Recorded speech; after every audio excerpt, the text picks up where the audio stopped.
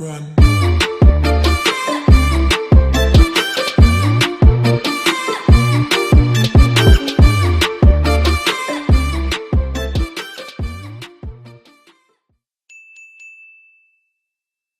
Talk about the tactical shape at the start of the game.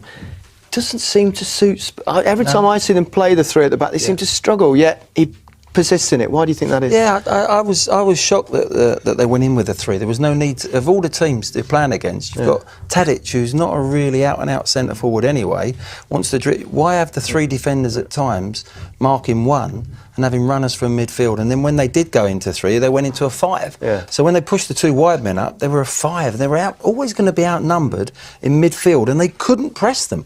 They didn't have the bodies in there. That's when I disagree with Ericsson a little bit there, saying, well, it doesn't matter about the tactics. I'm sorry. He's not going to have a go at his manager, is he? But I think the players would have thought, actually, well, we want to really get at them here in the first leg. They couldn't do it. Yeah. Why do you think he plays that way, Rio? Security. And I think I think he thought that, listen, I've not got the cutting edge up front, the missing Son, missing Kane, two hugely influential players in terms of goals in this team. So I think he was playing for more security and keeping bodies behind the ball. But again, that leaves you so outnumbered in midfield, as Glenn said. And Ajax's best and most influential player from in terms of dictating a game is De Jong. Yeah. He didn't get a glove laid on him all day. Sometimes you've got to get people against the people that make the other team tick, and they didn't do that at all. So there was always going to be on the back foot and push back. And then when you haven't got the pace of a Son to get out as the out ball, like they did against Man City, once they won the ball, the transition was the key to them getting through. Was when they won it, they could play straight balls up, making sure that they got players to get beyond the opposing defenders. Today with Llorente, it's a different proposition. It's different. It's a different task then. And they never got round to it. Edgar? No, I totally agree. I think the tactics was all wrong, and what happened is, like what you said, too much body in the back. What happens? The pitch was too wide. Llorente was alone. Dele Alli was somewhere else. Ericsson was constantly running around, and Mora was also running around. So there was no harmony. In the second half, you see that they're more compact, and then they can physically abuse them a little bit. But then you have the ball, and there's no creativity. Then the Ericsson has to show up. And he doesn't do what he needs to be doing, and then you see the limitations. About the midfielders of Tottenham. Yeah, that's a fair point. The Ajax goal, good bit of football from Ajax perspective, Rio. But for you, looking at a defensive point of view, there are a few mistakes. Yeah, there are. I mean, it's like a domino effect here. I mean, as I said in the half time when we watched it first, you've got to appreciate the skill here, the appreciation of the bodies in the Ajax team, and the way they open the space up here is fantastic. And this is just all about Ajax here, the way that they perform, the way that they play. They've been doing this all year. But we'll see in the next phase of this next clip, Dele Alli, he kind of starts it in terms of defensive mistakes. He goes out to the wrong ball. He has to leave it. It's offside. I don't think it's offside, sorry. That was never in contention. But Dele Alli here, we'll see it. Where the arrow is, he's got to go to that man. Let Wanyama come out to the ball. He has enough time to do that. Once he lets him go through, he's a free time to look up. And the space between the fullback and Vertonghen was too big, and then you get punished. Do you think sometimes when you play three at the back, Rio, that you think someone else will pick someone up? You don't take responsibility? Yeah, sometimes if you don't play it often enough, and players aren't accustomed sometimes to playing it, and it can happen that. But then there's got to be someone in there that takes responsibility and dictates in that back line. I just think that Spurs get it wrong when they play against a decent side. When they play against a team they can dominate, the three at the back is the offensive side of the game, with Vertonghen coming out and all the go wide, and then you cause them problems. But against Liverpool up at Anfield, we started it, and we were on the back foot from the start, and the game was already gone. Same tonight against good opposition that are going to hurt you. Unless they switch into a 4, there's a way of doing it. But you have to then switch into a 3 when you get the ball. Defensively, we still haven't sorted it out, and I just hope over in Amsterdam they play with the back 4. It could have been worse for Tottenham. Neres went very close to making it 2-0, didn't he, Edgar? Yeah, absolutely. And this is poor. Come on, this is poor defending. Yeah. You know, that's not on this level. And then he has to make the foul before, lets him go on, and then that's what you get. And I mean, and this is very poor finishing from Ajax. Because Tadic had to shoot in front of the goal immediately. You know, so they're quite lucky with this one.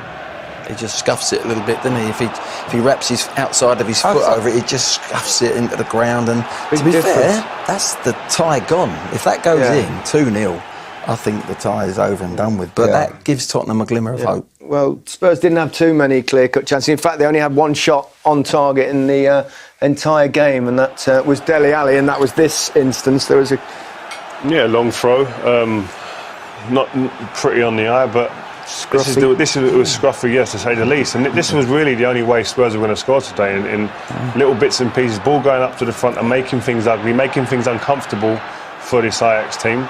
But the quality and the decision making in the final third was never up to much and up to enough to really knock this team out of their stride.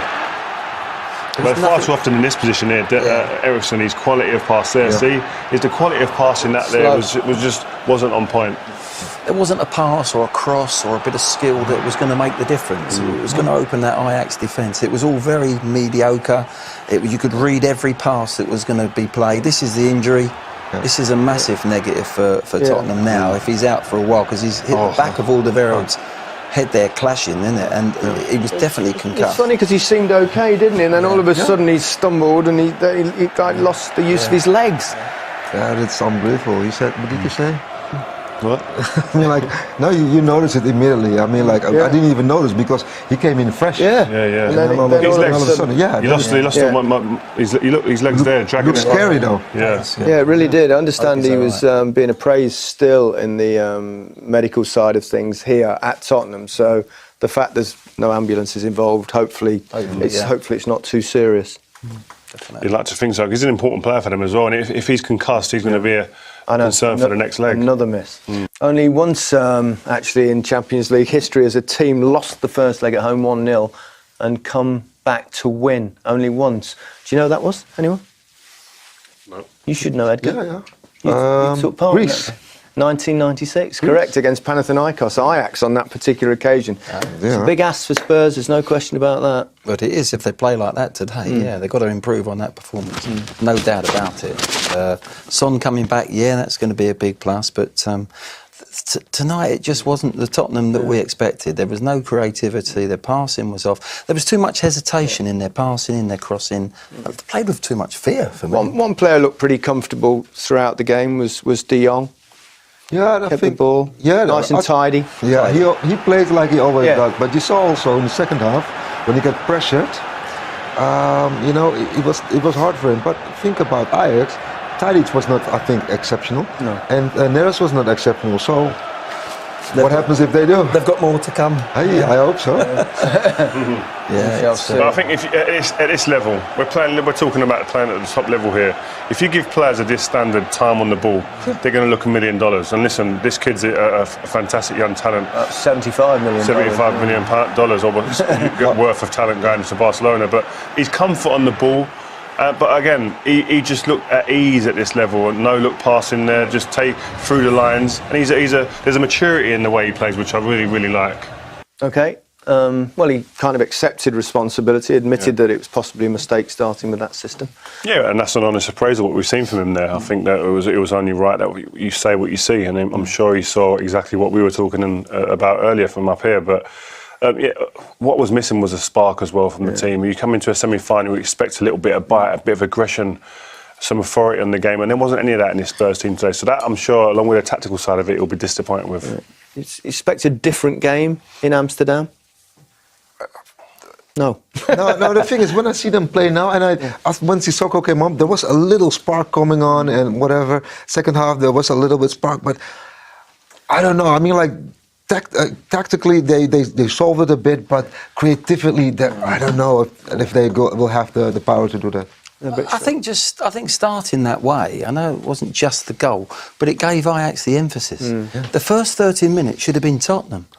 Pressing and playing and nearly scoring and creating, really going for it. But it actually gave them the emphasis to go and attack them. And there is a positivity though, Glenn, coming into the next game. Son's back. Son has been a huge part of their season in terms of goals. So he's a big positive to come back, and they've got to use that. It's not over yet, that's for sure. Tomorrow night, we're back in Barcelona, and that could be very special indeed. The game should be pretty tasty, shouldn't it? I can't wait to go sleep, wake up and get out on that flight out there. I mean, great stadium, the history in the stadium, and two great teams, two confident teams with Messi on one side, and you've got some great players on the Liverpool team as well. We'll have plenty of chance to talk about that tomorrow night. What do you feel? How do you feel that game will go, Edgar? It's hard, tough one to call, isn't it? Two different styles. I mean, like Messi is a different level. He can decide whenever he wants, and that's a problem. But you have to give it to Liverpool too. Yeah. I mean, like they have some incredible players up front. I personally think the second leg at Anfield is key for me. That place, when it's rocking, my word. And if they've got something to hang on to, I think Liverpool can knock them out. I really do. Yeah. Seriously? Yeah. If they can just...